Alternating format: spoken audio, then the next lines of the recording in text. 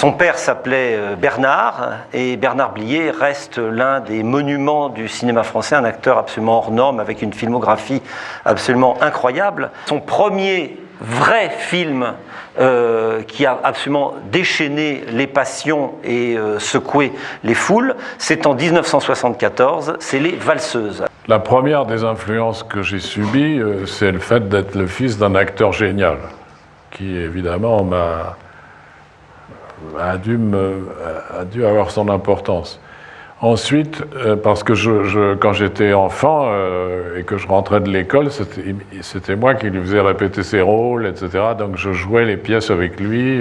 Bon, donc j'ai appris quand même des trucs là, parce que c'était un très bon acteur. Donc il m'a donné par exemple une chose que j'ai et que tous les metteurs en scène n'ont pas, c'est l'oreille. C'est-à-dire que à l'oreille, je sais si un acteur est bon ou mauvais. La direction d'acteur, elle est dans l'intelligence qu'on a de choisir le bon acteur par rapport à ce qu'on a écrit. Après, bon, on les aide, on est des managers. Un metteur en scène, c'est un manager, c'est quelqu'un qui fait en sorte que les acteurs soient heureux, que ça fonctionne, mais j'ai eu l'expérience, quand on a un mauvais, on peut faire 30 prises, on peut faire 40 prises, il est mauvais toujours. Je pense que les répétitions, on les fait surtout pour gagner du temps au tournage et pour y faire des économies sur le budget. Parce qu'autrement, rien n'est plus beau que de découvrir au dernier moment ce qui va se passer devant la caméra. C'est quand même merveilleux de ne pas savoir et de le découvrir et de l'inventer juste au dernier moment. Les acteurs qui font ce métier, qui font leur métier, qui ont du talent et qui l'exercent, c'est tout de même miraculeux, c'est quand même un métier, c'est phénoménal, c'est très improbable, il y a très peu de gens à qui ce cadeau-là est donné. Donc ils ont très peur toujours que ça s'arrête. C'est comme les metteurs en scène. Alors, un metteur en scène, c'est quand même quelqu'un qui se dit à longueur d'année, c'est probablement mon dernier film. Ou c'était mon dernier film, j'en ferai plus. Quand on est un jeune metteur en scène, on prépare énormément, et plus on vieillit, moins on prépare, et plus on a raison.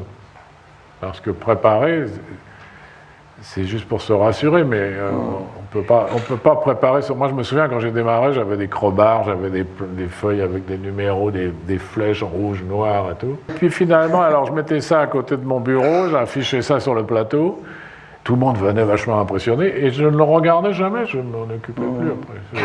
Je faisais totalement autre chose. Moi, j'écris je crois, de deux manières les histoires. Soit j'attaque, parce que j'adore les dialogues. Donc très souvent, je commence les films par des dialogues, enfin par une scène de dialogue, ou une scène absolument effrayante, dont je ne connais pas du tout la raison. Alors, quand on écrit des choses comme ça, on ne sait pas pourquoi on les écrit, voilà. Donc, c'est pas une technique, c'est quelque chose... La technique vient après, c'est-à-dire qu'il peut m'arriver d'écrire une scène, et puis après j'arrête, ça me prend un quart d'heure ou une heure, et puis après je me dis, pendant 15 jours, je me dis, mais pourquoi tu as écrit ça? Qu'est-ce que ça cache? Si la scène est bonne, si elle est mauvaise, elle va au panier. Si elle est bonne, ça veut dire qu'il y a quelque chose derrière. Mais je ne sais pas quoi. La plupart du temps, je ne sais pas quoi. Et donc, à ce moment-là, je mène l'enquête pour essayer de comprendre pourquoi j'ai écrit ça. Et l'enquête, c'est un scénario. Donc, parfois, d'ailleurs, je ne trouve pas la clé. La plupart du temps, j'ai écrit en aveugle. C'est-à-dire que j'aime bien ne pas savoir ce que je raconte. Voilà. Quand je commence à savoir ce que je raconte, ça m'ennuie. Donc l'écriture, c'est la chose dont disons, j'aurais le plus de mal à parler parce que je ne comprends pas encore comment je suis arrivé à écrire ce que j'ai écrit. J'ai la chance de l'avoir fait, j'y ai pris beaucoup de plaisir, mais comment ça s'est fait, je n'en sais rien. J'ai la faculté d'inventer des histoires. Alors j'ai une technique pour inventer des histoires, évidemment.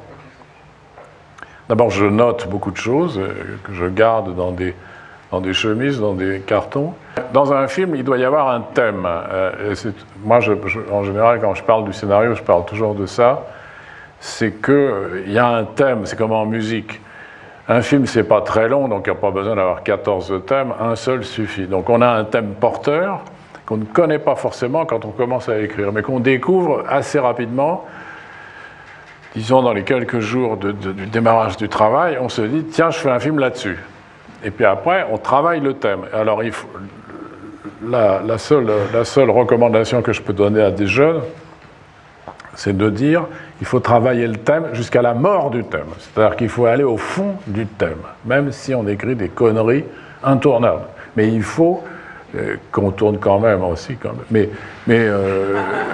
il faut traiter le thème. Voilà. Il ne faut jamais laisser un thème abandonné ou... voilà. Si on fait un film sur les assassins, il faut tuer des gens, quoi. En fait, j'ai fait des films pour économiser un analyste, quoi. Quand j'ai commencé à écrire Merci la vie, je me suis dit, est-ce que tu es encore capable de faire un film comme Les Valseuses? Parce que quand même, le grand miracle de mon existence, ça a été de faire Les Valseuses. Pourquoi j'ai fait Les Valseuses? Ça, j'ai encore jamais compris. Et je me suis dit, là, je ne peux pas refaire Les Valseuses avec 2 mecs, je vais faire avec 2 filles. Et donc, ça m'intéressait, parce que la société avait changé entre-temps, et je me disais, aujourd'hui, Les Valseuses, c'est 2 filles, c'est pas 2 mecs. Mais c'était ça le moteur au départ. Donc, c'était un film, un road movie, une nouvelle façon de faire un road movie.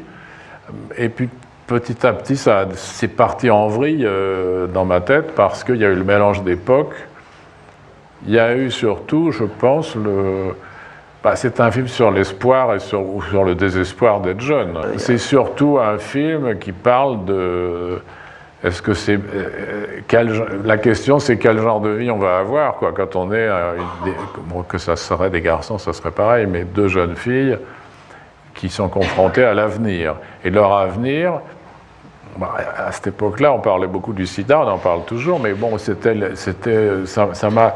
Tout d'un coup, ce parallèle entre le malheur moderne et le malheur ancien, c'est-à-dire l'Holocauste, ça m'a paru évident et c'est devenu un peu un thème porteur du film. C'est pour ça qu'il y a mélange d'époques, double paternité, etc., etc. Pour resituer ce film dans ma trajectoire, je venais de faire 2 films qui avaient été des succès. J'avais fait Tenue de soirée qui avait été un très gros succès et Trop belle pour toi qui avait été un succès moins important mais plus consensuel. Donc j'étais dans cette position assez rare qu'on connaît une fois ou 2 dans une carrière, c'est qu'on se dit je peux faire absolument ce que je veux. C'est-à-dire que je pouvais faire ce que je voulais. Je pouvais écrire n'importe quoi, une adaptation du Bottin. On m'aurait dit très intéressant. Je pense qu'on est là pour, surtout quand on a un gros succès, il ne faut surtout pas s'asseoir dessus, quoi. Il faut l'oublier, tirer le tapis, tout détruire et repartir dans une chose difficile. Et le succès n'a d'intérêt que parce qu'il ouvre des portes pour faire d'autres choses plus mystérieuses et plus risquées. J'ai quelquefois des images, mais je suis pas un visionnaire, je ne suis pas un metteur en scène de visionnaire. C'est-à-dire que je suis plutôt un mec de l'écrit, du récit. Et la mise en scène est au service de ce que j'écris, mais je ne suis pas au service du cinéma. Enfin, je fais de temps en temps des choses visuelles, mais pas beaucoup. Je raconte mes histoires. Et je les filme à peu près comme je les ai écrites. Je pense que c'est mon attirance pour le religieux. Il y a quelque chose. Je suis très religieux. Je ne suis pas du tout croyant, mais j'aime le religieux. Oui, et le cinéma est religieux. C'est buñuelien. C'est buñuelien. Donc il y a ce côté. On a envie de faire des miracles. Le cinéma, c'est fait pour ça. En fait, j'ai une obsession que j'ai jamais pu résoudre vraiment. C'est que j'ai toujours voulu essayer, dans Merci la vie par exemple, j'ai essayé de faire en sorte que le cinéma se revendique en tant que cinéma. Ça serait de toujours arriver à montrer à la fois ce qui se passe, l'histoire, les acteurs, et en même temps les coulisses. Choquer, c'est pas un objectif. On parle toujours de moi comme un provocateur. Je pense que c'est la fonction de l'artiste. Tous les artistes qui ont compté dans l'histoire ont été des provocateurs. Mais parfois, la provocation, c'est le carburant, c'est ce qui fait avancer la machine. Donc, par exemple, Les Valseuses, vous enlevez la provocation, il n'y a plus rien, il n'y a plus de film. J'ai eu la chance de connaître autre chose que le cinéma. Donc, j'ai une expérience de romancier et une expérience d'auteur dramatique et une expérience de cinéaste. Donc, si je compare les trois activités, le roman, le théâtre et le cinéma, je mettrais le cinéma en dernier, parce que le cinéma est un métier dans lequel la liberté est extraordinairement restreinte. La plus grande liberté, c'est l'écriture, c'est le roman. Mais le théâtre, c'est aussi une immense liberté, parce que d'abord, ça ne coûte pas très cher, et on est directement, comment dirais-je, on n'a que des acteurs à diriger, on n'a pas... Il y a aussi des problèmes avec la société, avec, comment dirais-je, avec... moi, j'ai voulu faire du cinéma, j'ai eu une vocation de metteur en scène, à une époque où c'était le plus beau métier du monde. C'est-à-dire qu'il n'y avait pas plus fantastique que d'être metteur en scène de cinéma. Donc j'ai décidé de faire ça, évidemment, ça m'a paru évident. Aujourd'hui, je ne pense pas que ce soit le plus beau métier du monde, ça n'est plus le plus beau métier du monde. Et puis le cinéma est un moyen d'expression qui peut-être est un peu usé. Mais je pense que le cinéma a une énorme importance au niveau de la circulation. C'est un miroir. Hein. Le cinéma, quand il est réussi, c'est un miroir. Donc les gens se voient. La culture, c'est ça sert à rien, mais en même temps, ça fait circuler des choses merveilleuses. Il y a un moment où on n'a plus besoin de se battre. Je me suis battu toute ma vie pour faire des films. Arrive un moment, bon, je me dis, je ne vais pas me battre à passer 70 ans, je ne vais pas aller me battre jusqu'à ce qu'on me pousse dans un fauteuil. Ah, tac, faire des films, faire des films. Non, c'est complètement... si on peut faire autre chose, si on peut gagner sa vie, parce qu'il faut la gagner quand même, hein. Mais en faisant autre chose, je veux dire, il n'y a pas que le cinéma, c'est pas...